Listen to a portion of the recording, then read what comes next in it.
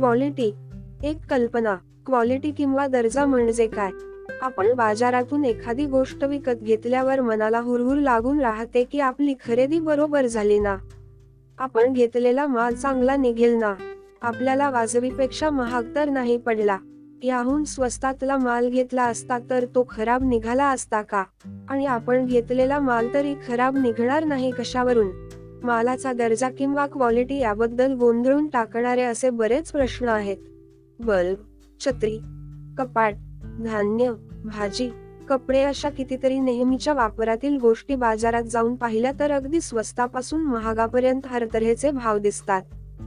काही वेळेला पाहिल्यावर दोन गोष्टीत फरक जाणवतो, काही वेळेला दिसताना काही फरक दिसत नाही, पण वापरायला लागल्यावर दोन गोष्टीमधला फरक लक्षात येतो. तर काही वेळेला भावात फरक असूनही वापरात काही फरक जाणवत नाही. काही जण अगदी ठासून सांगतात की स्वस्तातली गोष्ट विकत घेतली म्हणजे ती फार वेळ टिकत नाही, किंवा चांगला माल हवा असेल तर तसा पैसा खर्च करायला हवा, म्हणजे दर्जा वाढला की खर्च वाढला असं समीकरण आहे का? साध्या छत्रीपेक्षा घडीची छत्री दिसायला सुबक व नाजूक दिसते, पण भावात मात्र बरीच जास्त असते. मग अशी छत्री विकत घ्यायची का? घडीच्या छत्रीची क्वालिटी चांगली असते म्हणजे काय? विकत घेताना एका कंपनीच्या बल्बपेक्षा दुसऱ्या कंपनीचा बल्ब दर्जेदार आहे याचा अर्थ काय? बल्बचा दर्जा कसा ठरवायचा आणि वापरण्यापूर्वीच तो दर्जा मिळेल याची खात्री कशी घ्यायची? टीव्ही विकत घेताना चित्र व आवाज चांगला म्हणून एका कंपनीचा टीव्ही आणला व तो 2 आठवड्यात बिघडला तर दर्जा ठरवण्यात चूक झाली का? द्राक्षाच्या पडातील एक द्राक्ष खाऊन बघितलं आणि ते गोड लागलं तर सगळी द्राक्ष चांगली असतीलच का? पुन्हा त्या द्राक्षांची किंमत वाजवी आहे की अधिक हे ठरवणार कोण? मालाचा दर्जा म्हणजे काय याबद्दल असे बरेच प्रश्न असले तरी एक मात्र आपल्याला म्हणता येईल की माल घेणारी व्यक्ती त्या मालाबद्दल काहीतरी अपेक्षा करत असते. चप्पल विकत घेताना काही जणांना आकर्षक वेगवेगळ्या प्रकारच्या चपला घ्यायला आवडतात. त्यांना एकच एक चप्पल बरेच दिवस वापरायला आवडत नाही, त्यामुळे टिकाऊपणाबद्दल त्यांच्या विशेष अपेक्षा नसतील. याउलट काही जणांना टिकाऊ पण स्वस्त चप्पल हवी असते, मग ती दिसायला फारशी सुंदर नसली तरी चालेल. याचा अर्थ कोणती गोष्ट दर्जेदार व वाजवी आहे हे ठरवण्याचा हक्क फक्त गिऱ्हाईकालाच असतो. माल वापरणारा जर समाधानी असेल तरच त्या मालाचा दर्जा योग्य आहे असे म्हटले जाईल. गुणवत्ता म्हणजे काय, तसेच त्याचे नियंत्रण कसे ठेवले जाते, त्याचे कुठले टूल उपलब्ध आहेत हे आपण पाहूया. गुणवत्ता म्हणजे इतर समान गोष्ट किंवा वस्तू तुलनेने किती चांगली आहे याचा गुणवत्ता संदर्भ देते.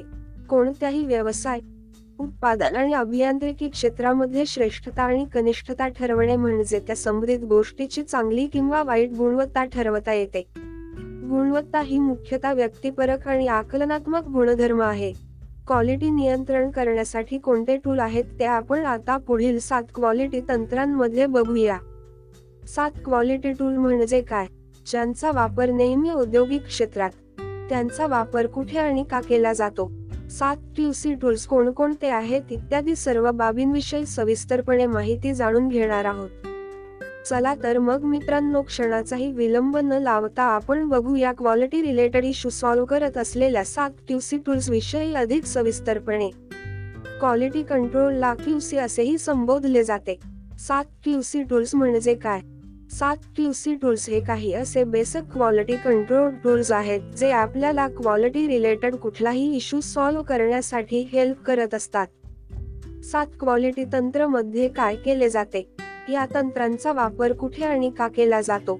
यात कुठल्याही डेटाला सर्वप्रथम कलेक्ट केले जाते, मग त्याला ग्राफिकल टेक्निकचा वापर करून अॅनलाइज केले जाते, मग प्रॉब्लेमचे मेन रूट कॉज आयडेंटिफाय करून म्हणजेच क्वालिटी रिलेटेड कुठल्याही समस्येचे मूळ कारण समजून घेऊन त्याचा रिझल्ट फायनली मेजर केला जात असतो. 7 की टूल्स कोणकोणते आहेत? 7 की टूल्स पुढील प्रमाणे आहेत. 1. Check sheet. 2. Cause and effect किंवा Ishikawa diagram. 3. Flow chart stratification. 4. Pareto chart. 5. Control chart. 6. Scatter diagram आणि शेवटी 7. हिस्टोग्राम. आता आपण चेक शीट म्हणजे काय ते बघूया. एक चेक शीट. चेक शीट हा एक सिंपल डॉक्युमेंटचा प्रकार आहे ज्याचा वापर आपण रिअल टाइम मध्ये कुठलाही डेटा कलेक्ट करण्यासाठी करत असतो. उत्तम उदाहरण म्हणजे किराणाची यादी, सहलीची तयारीसाठी वस्तूची लिस्ट, दरवाजाच्या मागे बाहेर जाताना आपण काही विसरलात तर नाही ना, गॅस, नळ, खिडकी बंद आहेत ना, वगैरे वगैरे. त्या चिठ्ठीला चेकशीट असं म्हणायचं. नवीन स्कूटर विकत घेतल्यावर सुरुवातीस तिचे फ्री सर्व्हिसिंग करून मिळते. या फ्री सर्व्हिसिंगच्या फॉर्मच्या बाजूला मागच्या बाजूला एक यादी असते आणि सर्व्हिसिंग करणाऱ्या मेकॅनिकने काय काय तपासायचे याची यादी ती असते. याचा उपयोग कुठलेही काम झाले आहे याची नोंद आपोआपच होते व कामाची पुनरावृत्ती टाळली जाते आणि वेळ पण जात नाही. नेहमी करण्याच्या कामांमध्ये नीट नोंद व्हावी व कोणतेही काम राहू नये म्हणून अशा प्रकारचा फॉर्म तयार केले जातात. त्यास चाचणी तक्ता, टेस्ट चेकलिस्ट असं म्हणतात. डिफेक्टच्या प्रमाणासाठी चेकलिस्ट आणि डिफेक्टच्या कारणांसाठी दुसरी चेकलिस्ट असे विविध प्रकारचे चेकलिस्ट डिझाईन आपण करू शकतो.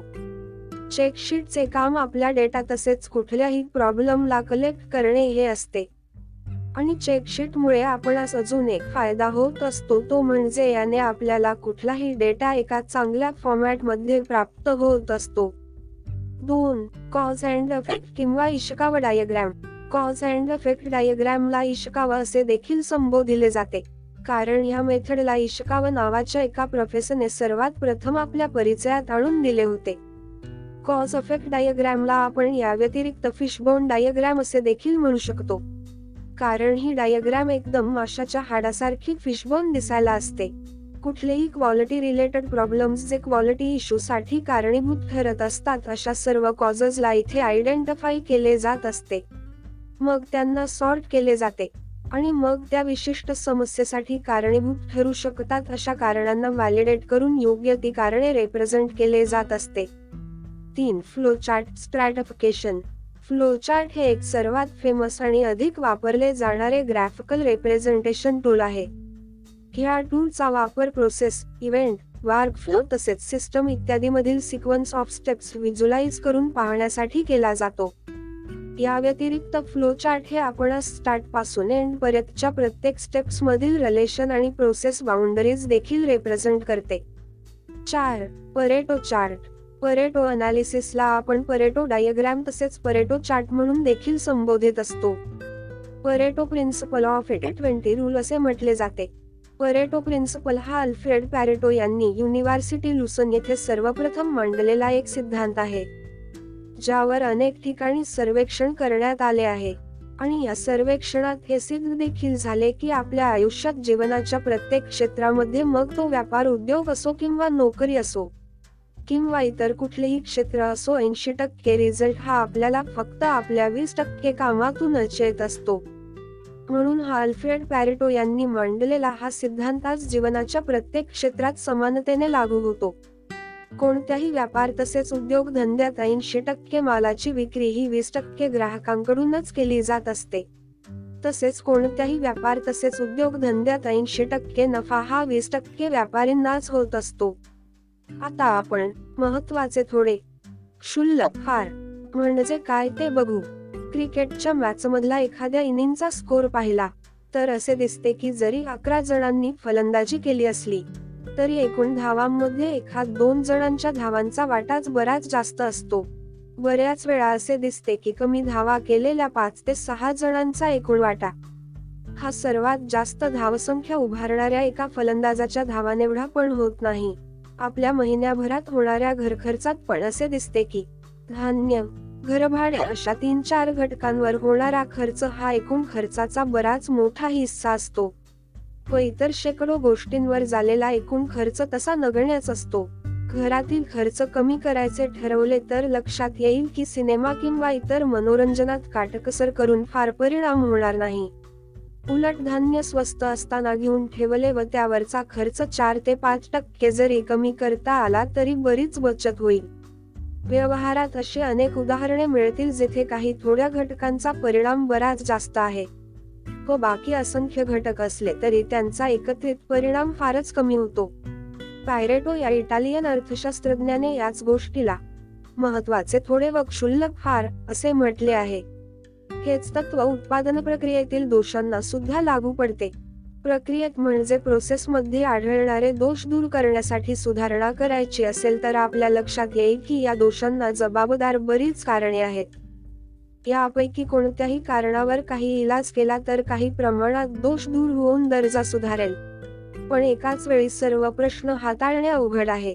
यासाठी कोणते प्रश्न निवडले म्हणजे त्याचा परिणाम जास्त होईल हे ठरवायला हवे. म्हणजे दोषांना जबाबदार जी असंख्य कारणे आहेत त्यापैकी महत्वाची थोडी कोणती व क्षुल्लक हार कोणती हे ठरवावे लागेल. यासाठी पॅरेटोचे तत्व वापरून पेरेटो डायग्राम काढला जातो. हे टूल आपणास वारंवार आढळणारे दोष, तक्रारी तसेच इतर कुठलेही घटक निश्चित करण्यास सहाय्य करत असते. एखादा स्पेसिफिक प्रॉब्लेम आणि त्या प्रॉब्लेमशी रिलेटेड डेटा सेटला अॅनालाइज करण्यासाठी प्रोफेशनल्स, बिझनेस पर्सन कडून मोठ्या प्रमाणावर वापरले जाणारे हे व्हिज्युअल टूल आहे. 5. Control chart. Quality control chart हे एक ग्राफिकल रिप्रेझेंटेशन आहे ज्याचे प्रॉडक्ट्स आणि प्रोसेस त्यांच्या अपेक्षित स्पेसिफिकेशनची पूर्तता करीत आहे की नाही हे आपणास जाणून घेता येते. 6. Scatter diagram. हा एक ग्राफिकल टूलचा प्रकार आहे. स्कॅटर चार्ट आपणास दोन व्हेरिएबल मधील रिलेशन जाणून घेण्यास मदत करतो. परत ऐका. स्कॅटर चार्ट आपणास दोन व्हेरिएबल मधील रिलेशन जाणून घेण्यास मदत करतो. स्कॅटर डायग्रामला scatter plot, scatter graph, correction chart असे देखील म्हटले जाते. 7. हिस्टोग्राम. हिस्टोग्राम हे एक क्वालिटी कंट्रोल टूल आहे जे ग्राफिकल पद्धतीने कुठल्याही डेटाला रिप्रेझेंट करते. हिस्टोग्राम हा बार चार्टचा एक प्रकार आहे जो सतत डेटाच्या वारंवारतेचा म्हणजे फ्रिक्वेन्सीचा आलेख तयार करतो आणि आपल्या डेटाला अॅनालाइज करण्यास आपणाला मदत करत असतो. प्रत्येक डिजिटल कॅमेरामध्ये ब्लॅक अँड व्हाईट डॉट्सचे विश्लेषण करण्यासाठी हे फंक्शन असते.